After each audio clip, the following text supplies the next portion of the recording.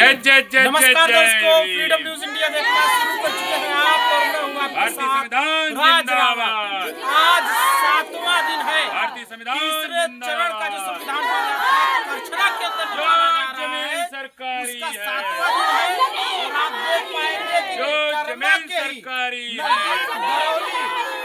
भारतीय संविधान संविधान पर ये पूछा हुआ भारतीय संविधान जिंदाबाद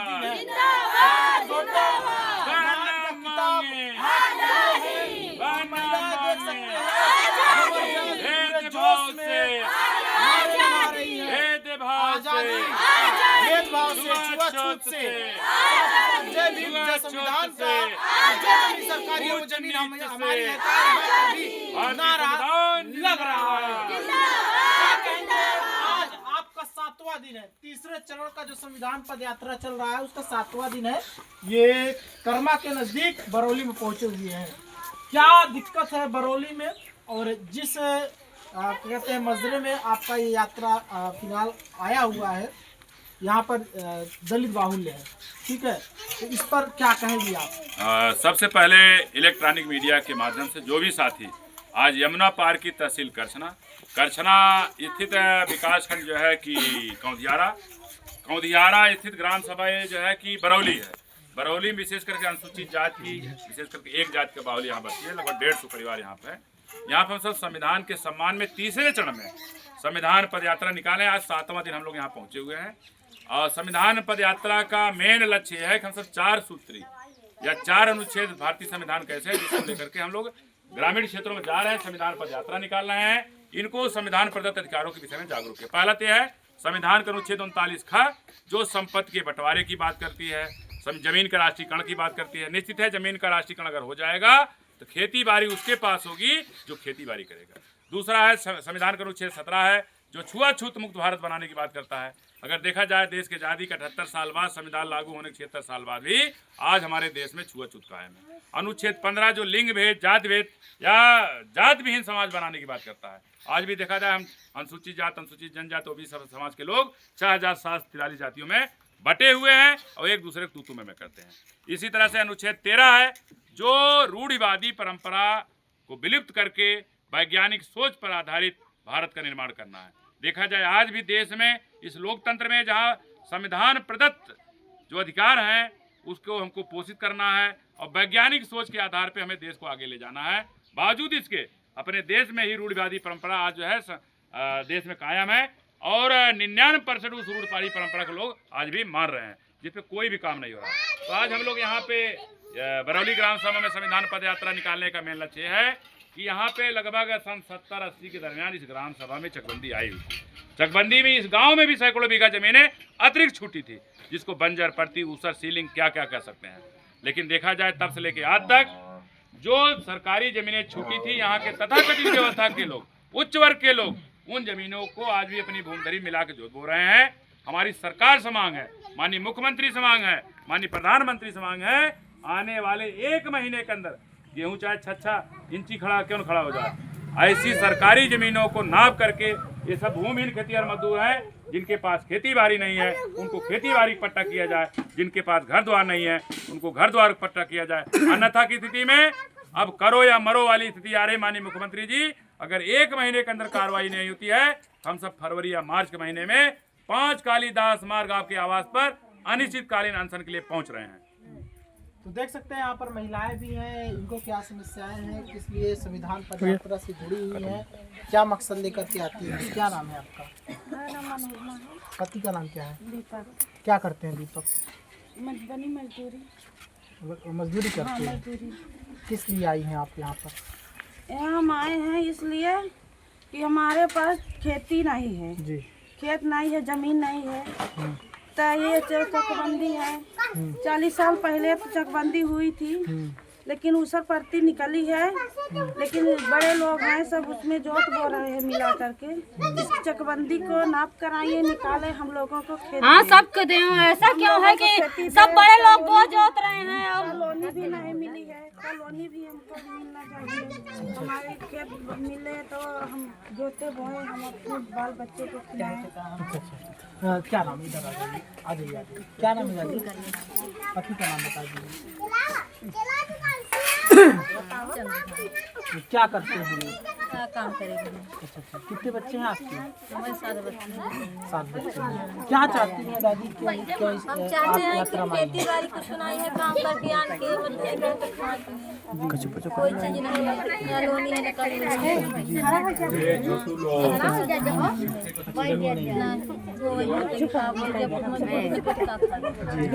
तो आप चाहते हैं कि आपको किसी कार्य के लिए करना। क्या नाम है आपका? पति का नाम बताइए। क्या करते हैं कितने बच्चे आपके? 3 बच्चे। क्या चाहते हैं? क्या चाहते हैं? हम चाहते हैं खेती बाड़ी रहने को हो जाए, खाने को हो जाए।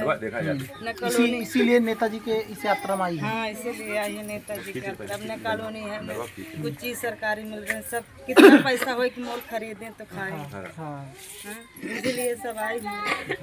क्या नाम है आपका?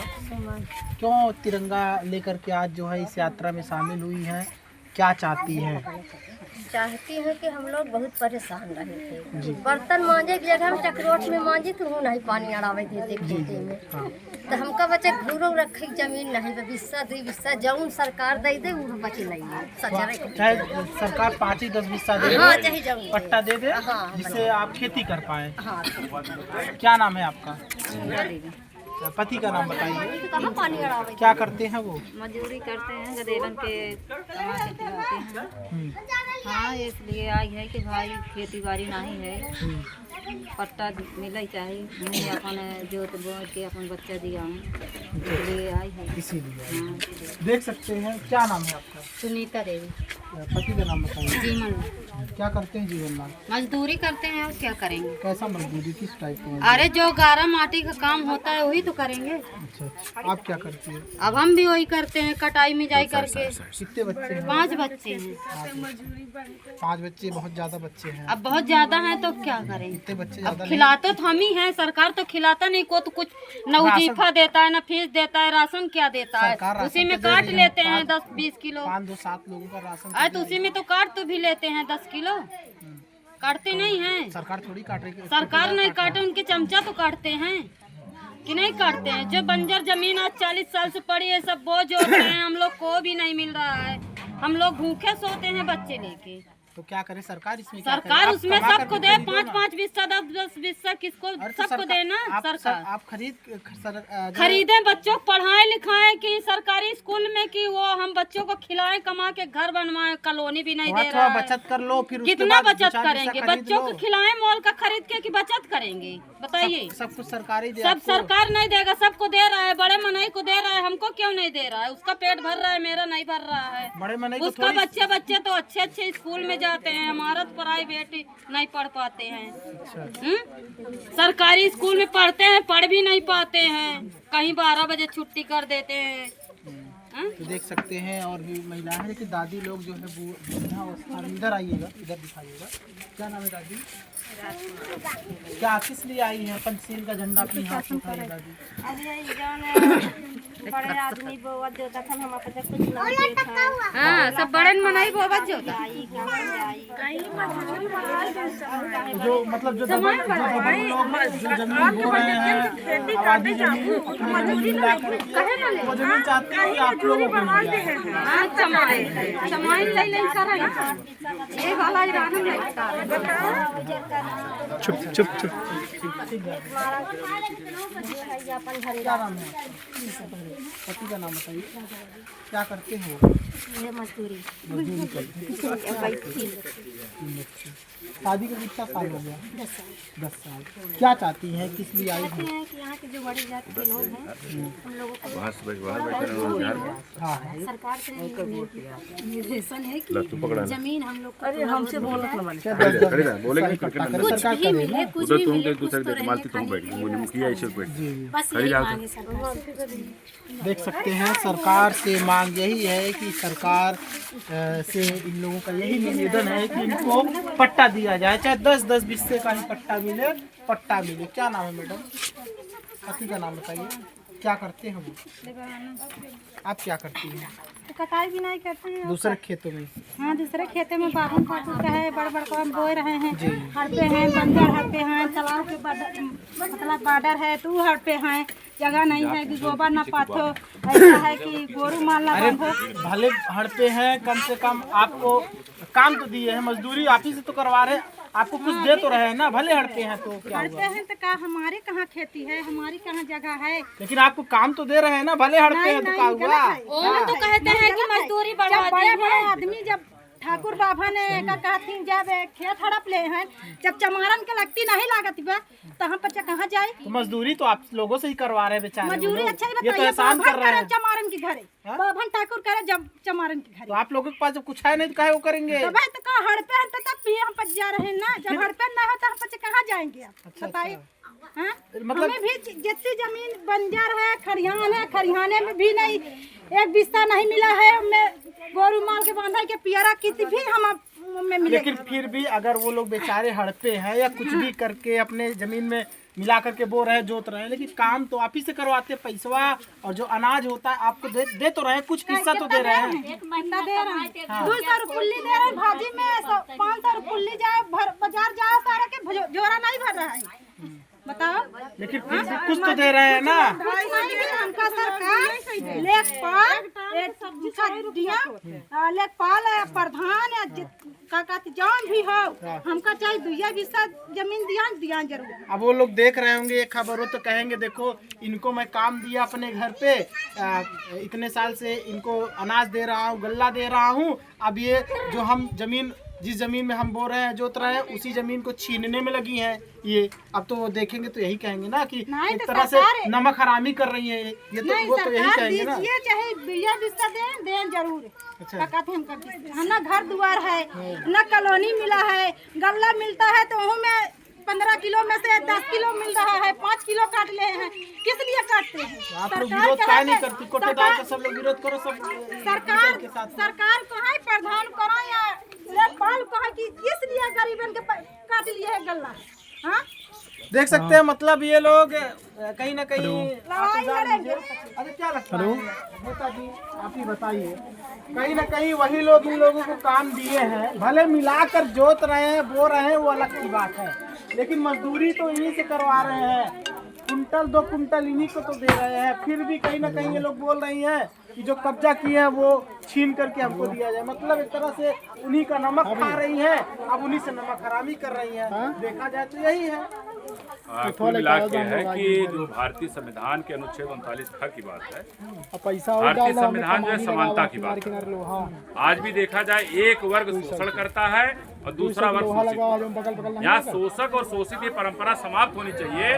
आज जो है कि तथाकथित व्यवस्था के लोग जब पैदा होते हैं 100 बीघे काश्तकार होकर पैदा होते हैं, और अनुसूचित जाति ओबीसी समाज के लोग पैदा होते हैं, कहीं न कहीं भूमिहीन होकर पैदा होते हैं। अगर संविधान के अनुच्छेद 39 ख का पालन कर दिया जाए तो खेती बाड़ी उसके पास रहेगी जो खेती बाड़ी करता है। यहाँ मान लीजिए जो सैकड़ों बीघे काश्तकार हैं जो इनको मजदूरी देते हैं, वो लोग शोषण करते हैं।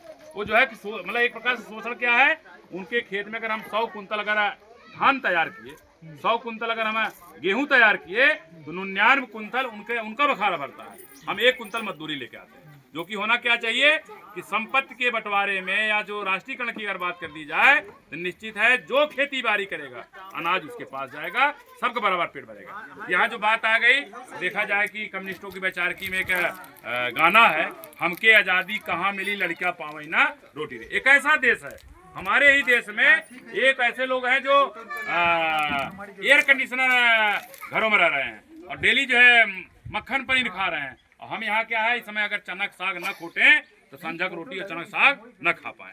ये हमारे देश की आज़ादी कैसी है। दूसरा कि एक कहानी और है कि देखा गली गली हैरानी मोर भारत के सजनी, ठीक है ना, एक लगाए गद्दा सोए और भुइयाँ लाखन प्राणी।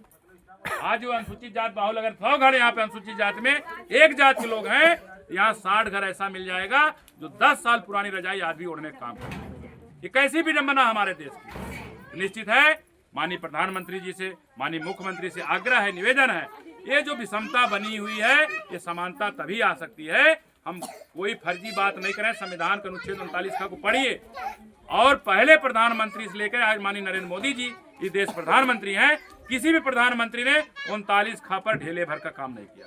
अब अनुसूचित जात के लोग जो भूमिहीन खेतिहर मजदूर हैं, कोई सर्व समाज के लोग जो भूमिहीन खेतिहर मजदूर हैं, वो एकजुट हो रहे हैं। निश्चित है यमुना पार की तहसील बारा है, करछना है, मेजा है, कुराव से एक छोटी सी चिंगारी भूमिहीन खेतिहर मजदूर शुरू कर दिया है। निश्चित है अगर इसको इनका जो भी एक चिंगारी लग रही है, इनकी जो भूख है, अगर भूख समाप्त नहीं की गई तो चिंगारी जो है ज्वाला का रूप ले सकती है। तो देख सकते हैं, आप सोच लीजिए कि ये लोग अब जो है, जो इनका यह आंदोलन है ज़मीन वाला, जो भूमिहीन कर रहे हैं, वो बढ़ता जा रहा है। 20 तारीख को करछना तहसील में ये आंदोलन होगा ज़बरदस्त तरीके से, और वहाँ पर ये ज्ञापन का भी जो है इनका सिलसिला चालू होगा।